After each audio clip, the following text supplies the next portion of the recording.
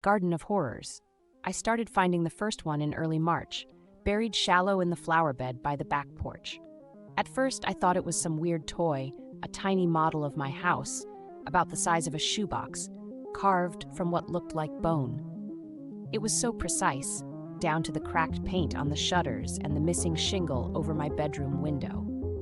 I remember laughing, thinking maybe it was some elaborate prank from the neighborhood kids.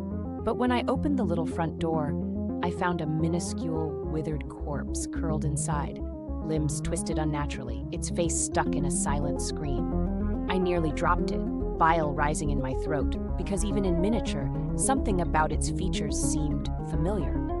I tried convincing myself it was just some grotesque art project. Maybe someone thought it'd be funny to scare the new guy on the block.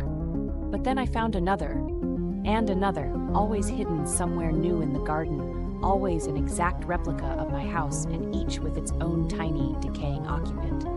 I started locking my doors at night, setting up cameras, but nothing ever showed up on the footage. My sleep suffered. I'd wake up gasping, heart pounding, convinced I'd heard footsteps crunching in the dirt outside my window.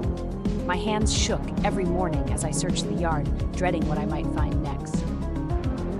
Last week, I decided to destroy one of the models. I smashed it to pieces with a hammer, bone splintering under the weight. That night, I dreamt I was inside the replica. Everything cold, the air thick with the stench of rot, and I watched myself from above, hammer in hand, as something crawled out of the garden and slipped into my real house. When I woke up, there was dirt under my fingernails and a fresh, muddy footprint on the stairs leading up to my bedroom. Tonight, I found a new model in the garden, but this time it was different. The tiny corpse inside had my face, mouth twisted in terror, eyes wide and glassy, and tucked in its hand was a scrap of paper. On it, in my own handwriting, were the words, "You're next."